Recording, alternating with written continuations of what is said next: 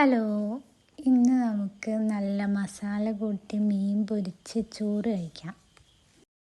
അതിന് നല്ല സ്പെഷ്യൽ മസാല ഉണ്ടാക്കി ഓരോ മീൻ കഷ്ണങ്ങളും അതിൽ മുക്കിയെടുത്ത് പാളയിലേക്ക് മാറ്റണം.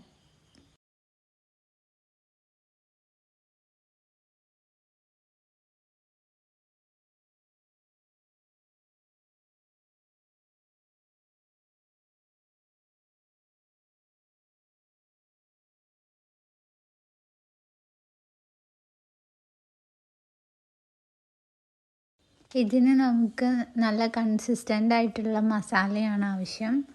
അതിലിങ്ങനെ എല്ലാം നല്ലവണ്ണം പുരട്ടി മുക്കിയെടുത്ത് മാറ്റി വയ്ക്കണം. കുറച്ച് നേരം മാരിനേറ്റ് ചെയ്ത് വയ്ക്കണം.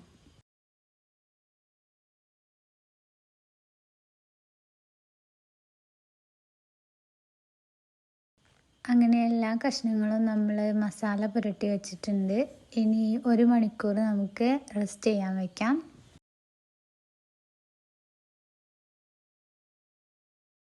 ഇനി പാൻ നന്നായിട്ട് അടുപ്പത്ത് വെച്ച് ചൂടാക്കി അതിലേക്ക് ഓയിൽ ഒഴിക്കുക.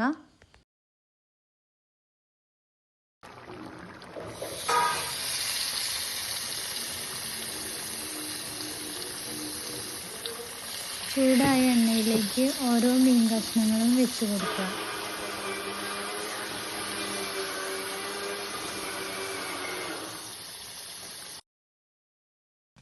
മീൻ നന്നായി മൂത്ത് വരുമ്പോൾ അതിൻ്റെ മേലെ കുറച്ച് നല്ല തൂമ്പ് കരിവേപ്പിൻ്റെ ഇല ചേർക്കുക.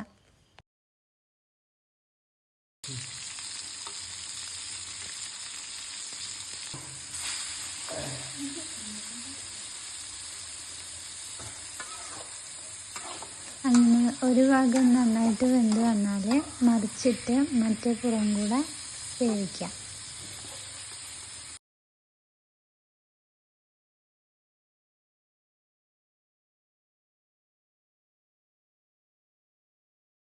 ബാക്കി വരുന്ന മസാല ഒന്ന് മുരിഞ്ഞ് കഴിയുമ്പോൾ മീനിൻ്റെ സൈഡിലൂടെ ഇങ്ങനെ പുരട്ടി കൊടുത്താൽ നല്ല ടേസ്റ്റ് ഉണ്ടാവും.